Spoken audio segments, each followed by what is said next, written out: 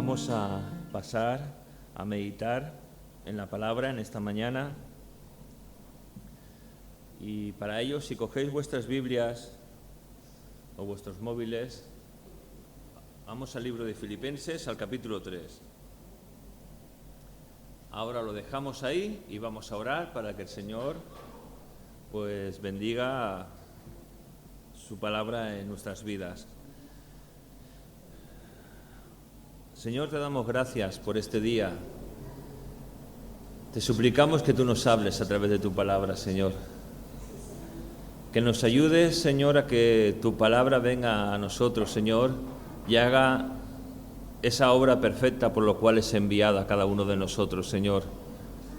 Señor, queremos que nos hables, queremos que nos toques, queremos que nos transformes, Señor.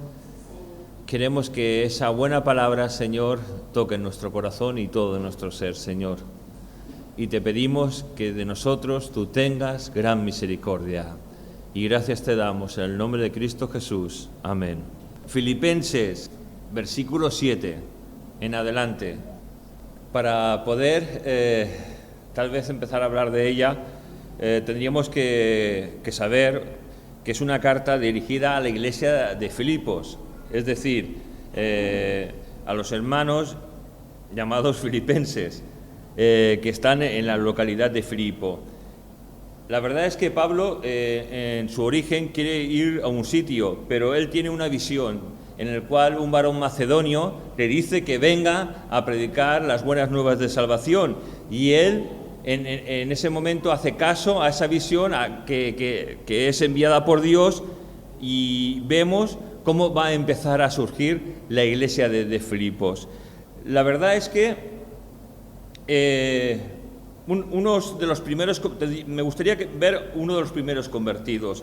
En el libro de Hechos, capítulo 16, versículos del 12 al 15, esto si lo queréis leer en casa, vemos que el Evangelio se empieza a hablar entre las calles de Filipos, y vemos que hay una mujer llamada Lidia, vendedora de púrpura, que es una de las primeras convertidas. Tal vez la primera mujer que se convierte al Evangelio, a la palabra de Dios, en la localidad de Filipo.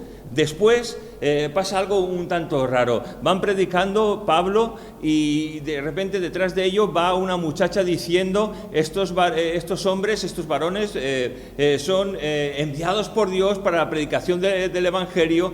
Y entonces Pablo, ya cansado de esta mujer, porque se ve que esto pasa unos cuantos días, se dirige a ella y le dice: espíritu inmundo de adivinación, sal de ella.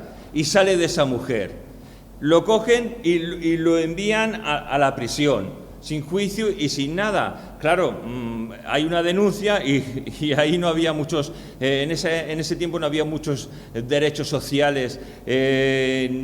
Más bien una acusación te llevaba inmediatamente al calabozo. Y vemos que Pablo y Silas empiezan a cantar alabanzas al Señor, ahí en medio de la prisión, en una prisión no como las que conocemos ahora, porque las que conocemos ahora tienen televisión, tienen una buena cama, más bien estarían en el suelo con cepos en las manos y en los pies, que era la costumbre de hacerlo, para que no se movieran como castigo por lo que habían hecho. Pero a ellos les pasa algo extraordinario, se ponen a cantar alabanzas a Dios.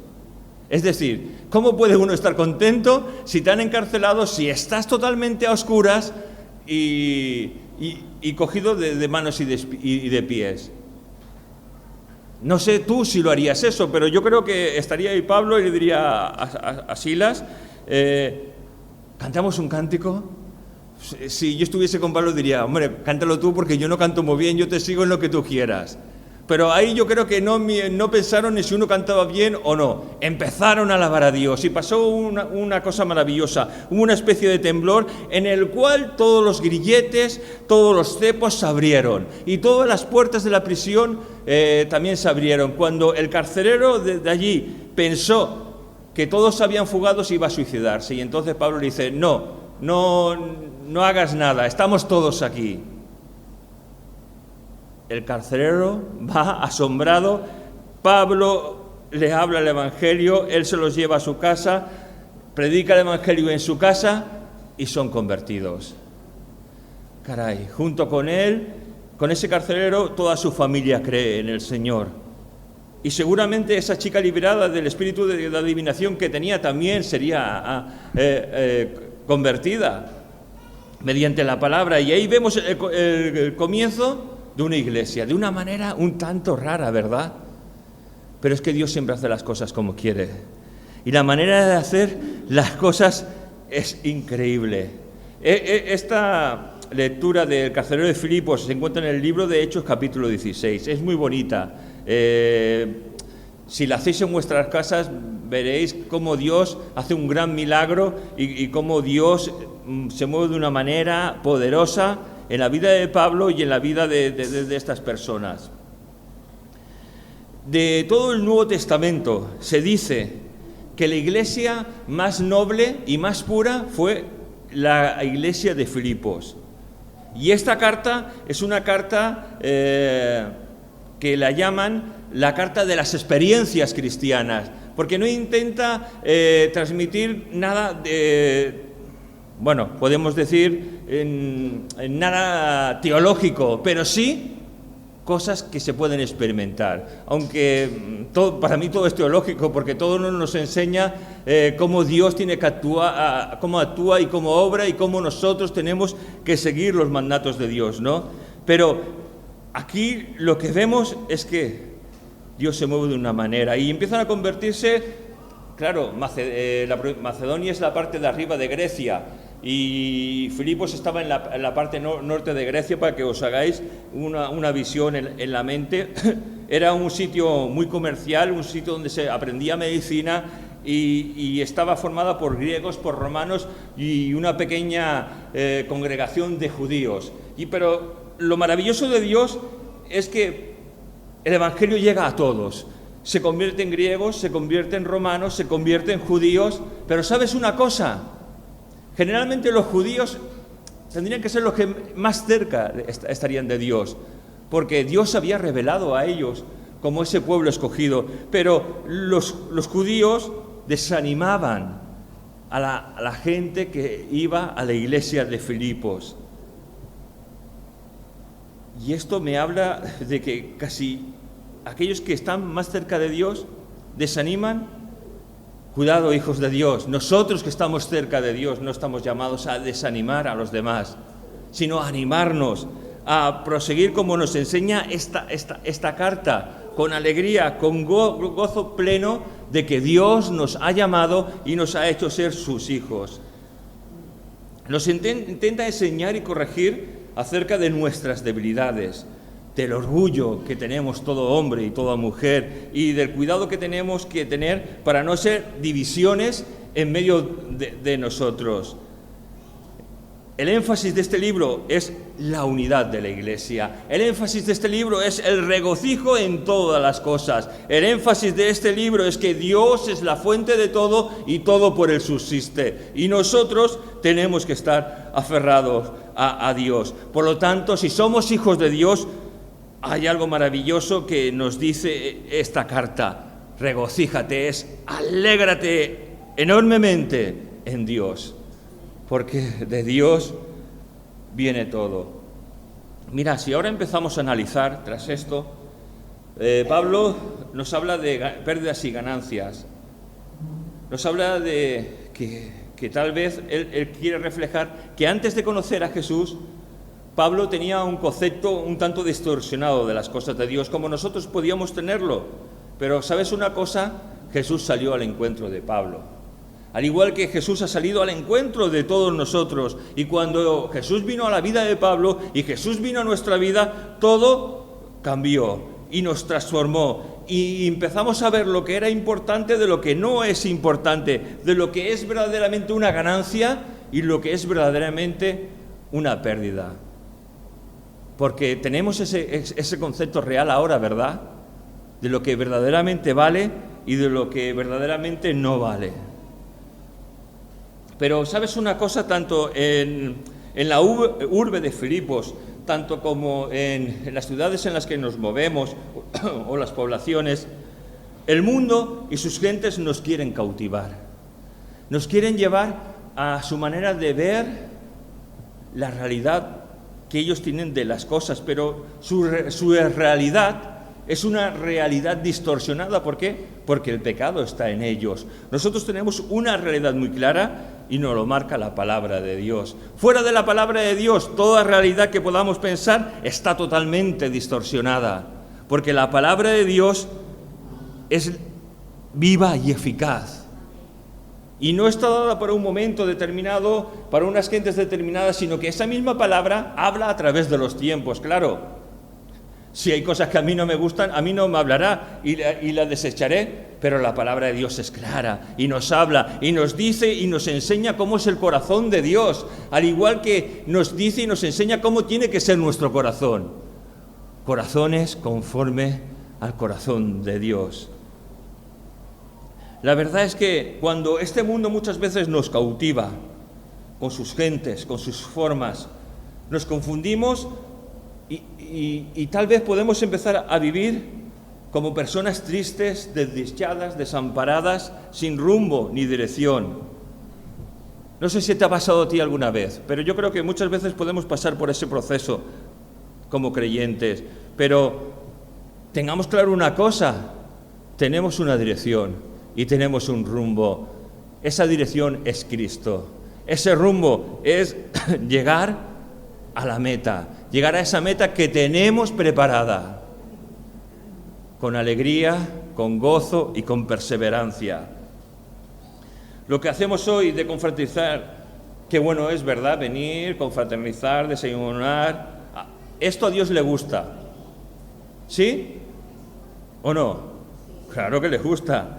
A nosotros también nos gusta, ¿verdad? Sobre todo porque disfrutamos comiendo.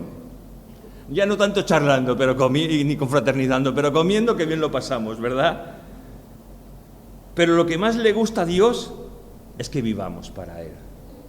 Es que nuestra vida de verdad le pertenezca y no nos pertenezca a nosotros. ¿Qué cosas te son más importantes para ti ahora, en este momento? Tu hogar, tu trabajo, tus amistades, tus estudios. Mira, en Mateo 6:33 nos dice un versículo muy conocido por todos nosotros y muy hablado. Dice: busca primeramente el reino de Dios y su justicia, y todo lo demás te será añadido. Y es verdad, muchas veces en nuestro caminar como hijos de Dios nos confundimos, porque esta vida intenta confundirnos para atraparnos y avasallarnos. Pero lo que en sí importa es buscar el reino de Dios, es que Dios sea glorificado en nuestras vidas, es que nosotros le demos gloria, honra y honor por medio de nuestros actos, hechos, acciones, para que Dios sea glorificado. Pero si nuestros actos, ni nuestros hechos, ni nuestras acciones dan honra y gloria a Dios, entonces es un peligro, porque somos hijos de Dios y como tal hemos de vivir. Pero todo esto, hijo de Dios, va mucho más, porque esto que nos pasa es un trato de amor, y se trata de amar lo que tenemos o de amar a Dios. Quiero buscar un versículo en el libro de Mateo.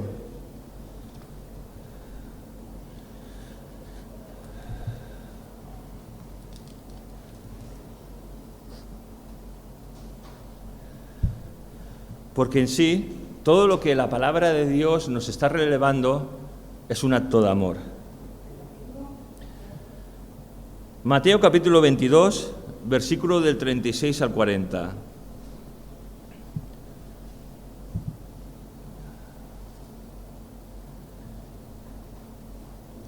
Le hacen una pregunta a Jesús, sus discípulos. Dicen: Maestro, ¿cuál es el gran mandamiento en la ley?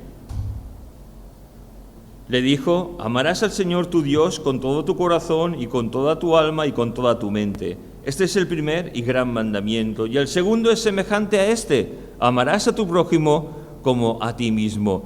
De estos dos mandamientos dependen toda la ley y los profetas. Amén. Qué cosa tan maravillosa, ¿verdad? Amar a Dios por encima de todas las cosas. Y es que es verdad.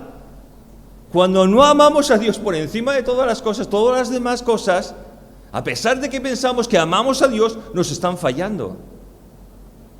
Porque si amamos a Dios, querremos honrar a Dios. Si amamos a Dios, querremos agradar a Dios con nuestros hechos, con nuestras acciones, con nuestra manera de vivir. Si decimos que amamos a Dios de verdad, queremos honrarle, ¿verdad? De lo contrario, decimos que amamos a Dios, pero no lo amamos. Caray, qué cosa tan complicada, ¿no? Tenemos en esta mañana.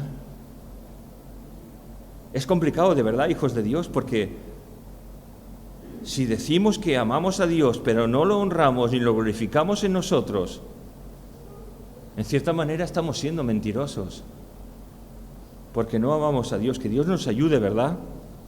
Mira, entre el versículo 7 y 8 hay una pausa. Es decir, hay un tiempo en el que Dios quiere enseñar a Pablo y en el que es momento de aprender. Cuando en ese momento de aprender no queremos, muchas veces van a venir las dificultades. Y esas dificultades y esos problemas moldearán nuestra vida como creyentes. ¿Sabes una cosa? La paciencia de Dios es grande con tu vida y con mi vida. Y Él muchas veces espera a que volvamos en sí. ¿Sabes una cosa? Cada vez que nos alejamos de Dios, cada vez que intentamos ir por nuestro camino, nos alejamos más de Dios. Y cuando más nos alejamos de Dios, más nos cuesta oírle, más nos cuesta entender su palabra. Mira, la conversión, es decir, el hecho de cuando tú y yo nos convertimos a Cristo, a Dios, ese día en el que nuestra vida cambió de una manera radical, fue el comienzo de una serie de comienzos. Es decir, pienso personalmente que ese día no fue un día en que nos convertimos y ahí quedó todo, sino que ese proceso es día tras día. Es una conversión diaria a Dios. Es una conversión diaria a rechazar al mundo, rechazar a nuestra carne, rechazar los placeres y este sistema para decir, sí, Señor, te amo, te quiero y quiero ser tu hijo.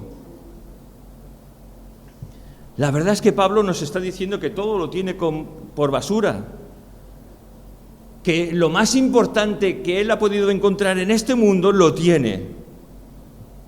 Pablo no tiene una mujer que sepamos, no tiene hijos, ha dejado de tener dinero, ha dejado de tener fama, pero nos está diciendo que lo más importante de su vida es Jesús. La cuestión es si verdaderamente lo más importante de nuestra vida es Jesús. Mira, Pablo es un hombre súper cabal, porque dice, no es que yo sea perfecto, no es que yo lo haya alcanzado ya esa manera correcta y adecuada de vivir, sino que, ¿sabes una cosa? Que prosigo a la meta. Es decir, voy hacia ese supremo llamamiento de Cristo Jesús que me ha dado. Voy a seguir. A pesar de que vengan obstáculos, a pesar de que vengan dificultades, voy a seguir porque amo a Jesús por esa revelación que Él me ha dado. Porque yo pensaba que lo conocía, pero verdaderamente lo desconocía. Desconocía a Dios. Yo creo que tenemos que olvidar muchas veces las cosas que quedan atrás. Mira, Pablo tiene que olvidar quién ha sido. Tiene que olvidar lo que ha tenido. Tiene que olvidar quién era, pero que gracias a Jesús pudo ser verdaderamente alguien, porque salió a su encuentro. Caray, cuántas cosas podemos perder, ¿no? Pero Pablo dice que todo lo tiene como pérdida, como basura. Pablo nos está diciendo que hijos de Dios, Dios al revelarse a tu vida y a mi vida nos ha dado un gran premio, el ser llamados hijos de Dios.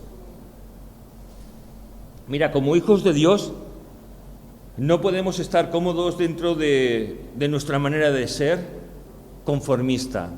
Tenemos que querer más de Jesús. No podemos estar cómodos sin leer la palabra. No podemos estar cómodos sin hablar con Dios.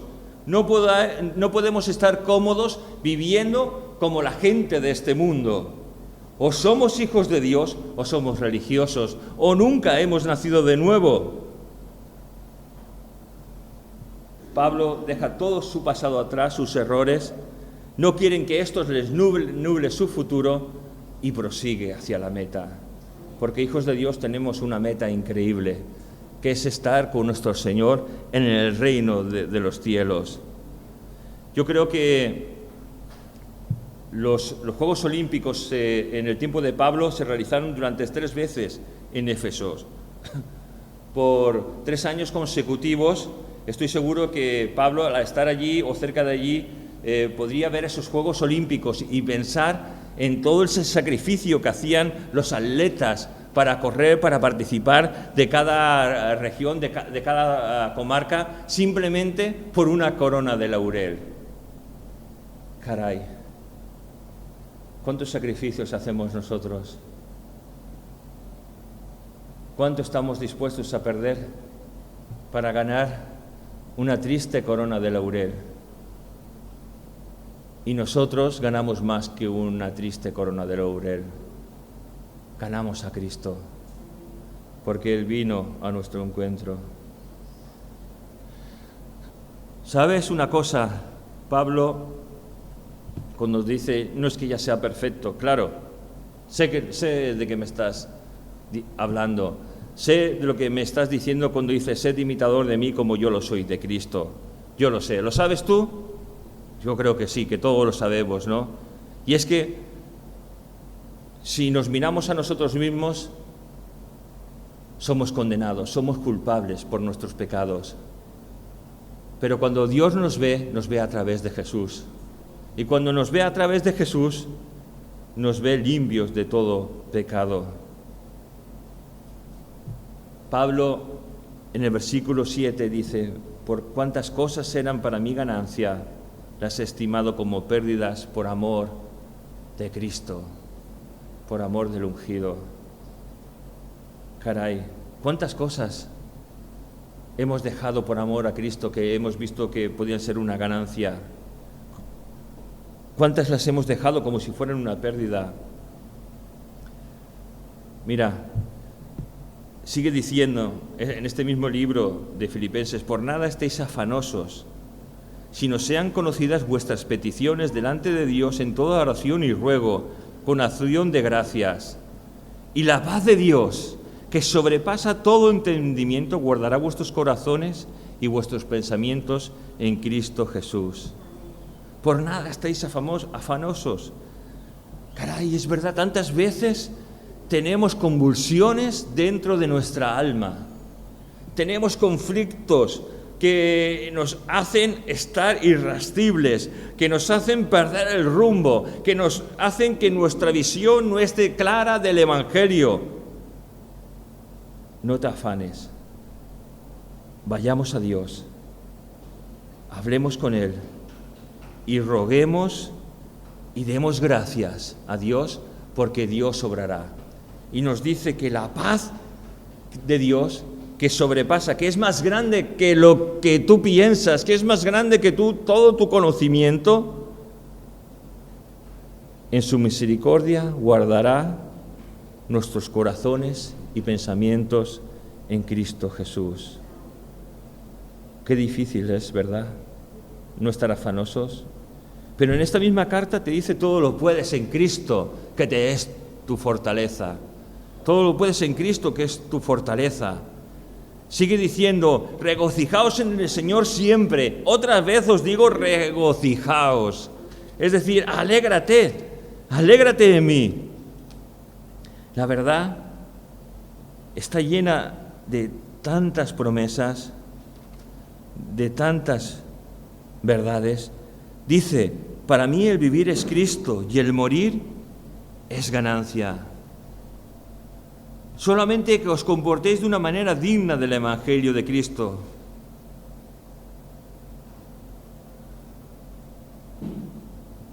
Caray, cuántas cosas maravillosas, cuántas cosas preciosas encontramos.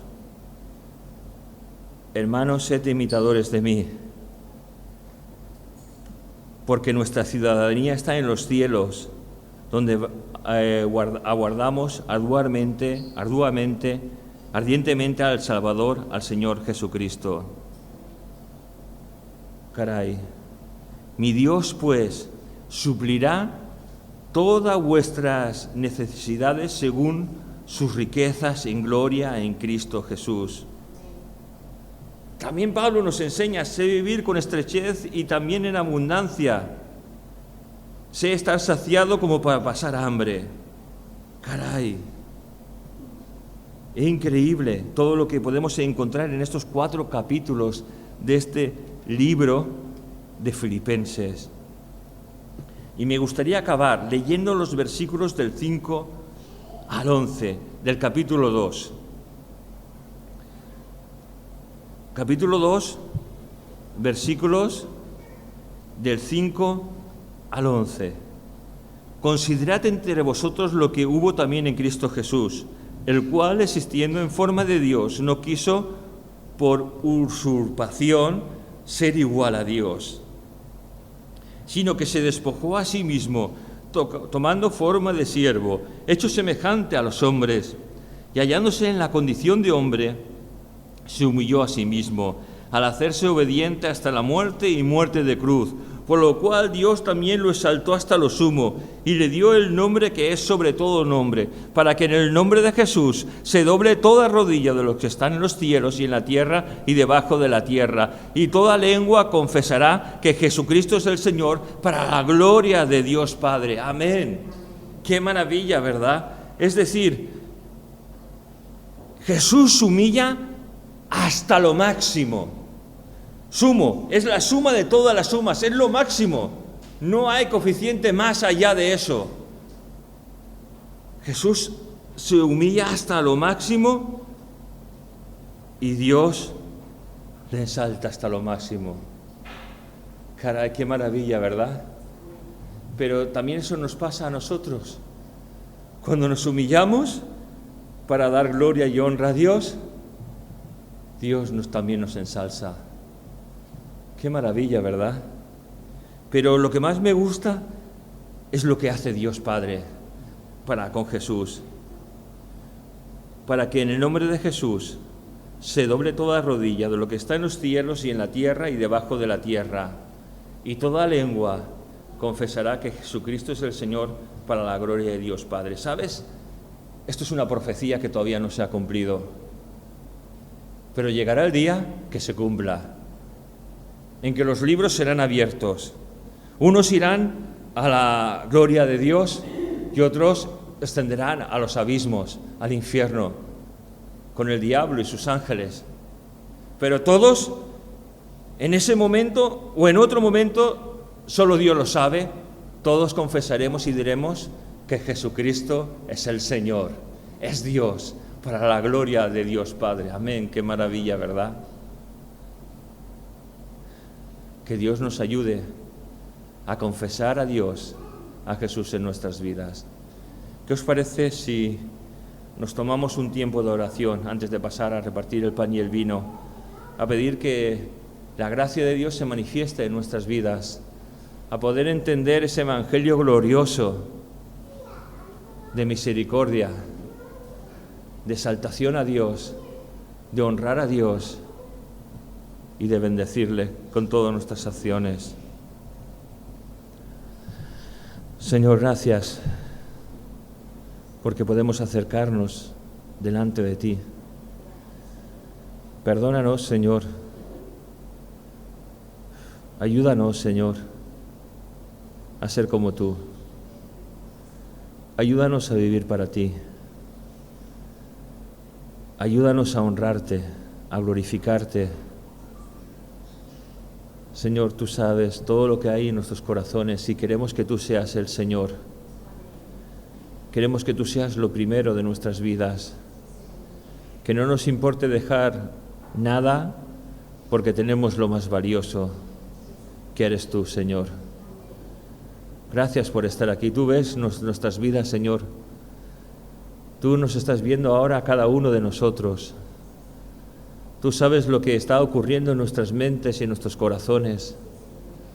Y te pido, Señor, que de nosotros tú tengas misericordia, que tú nos hables, que tú nos cures, que tú nos restaures, que tú nos levantes, que tú nos bendigas, Señor, que el soplo de tu Espíritu Santo caiga sobre nosotros trayendo vida. Señor, obra en nuestras vidas y en nuestros corazones. Ayúdanos a tenerte por lo más glorioso de toda nuestra vida. Gracias por estar aquí, Jesús. Gracias. Amén.